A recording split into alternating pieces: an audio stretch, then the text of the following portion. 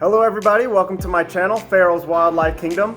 You guys, thank you for tuning in. Today we're going to be talking a little bit about the Mexican black king snake.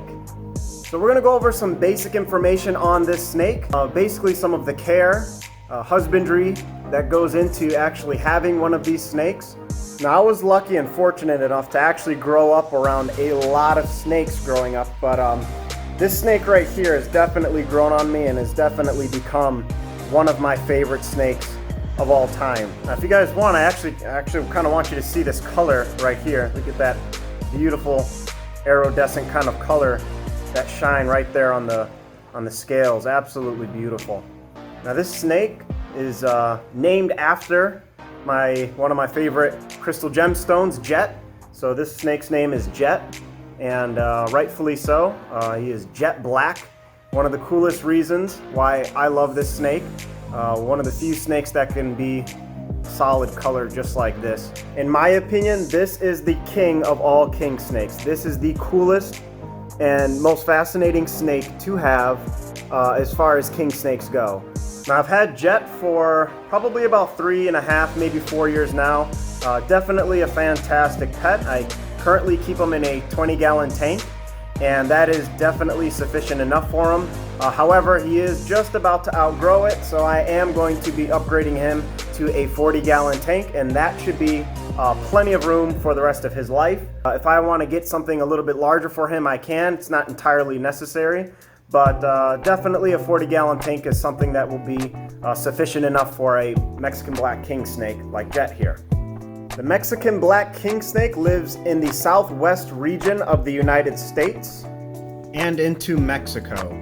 Now again, being a Mexican black king snake, or being just a king snake in general, he does have the ability to actually eat other snakes. But here I do tend to feed him a lot of rodents, and at his size right now, I do feed him about 2 or 3 rat pups every other week.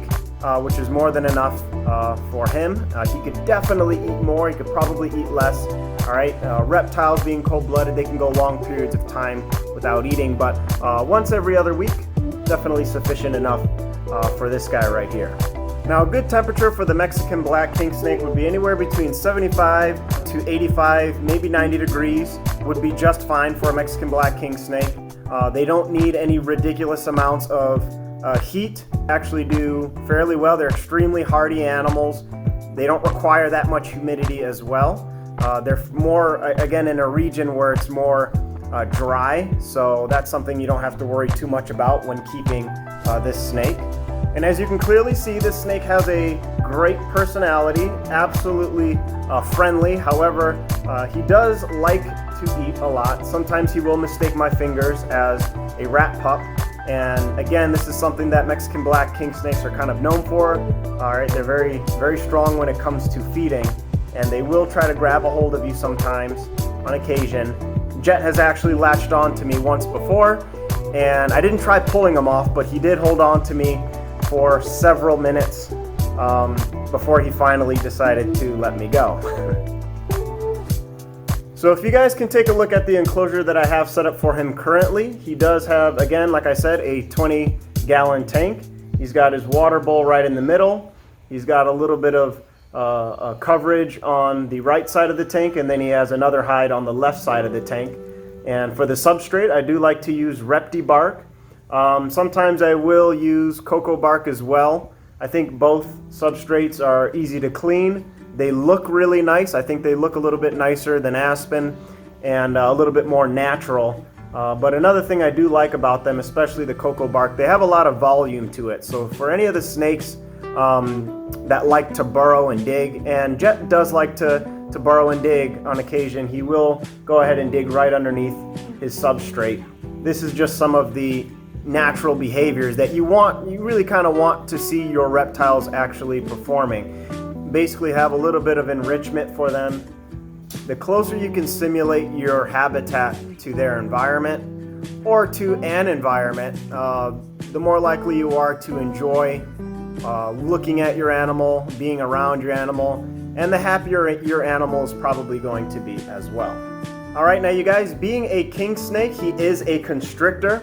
Now, a constrictor is a snake that will actually wrap around, use its body to wrap around its prey to eventually asphyxiate it and then swallow it whole.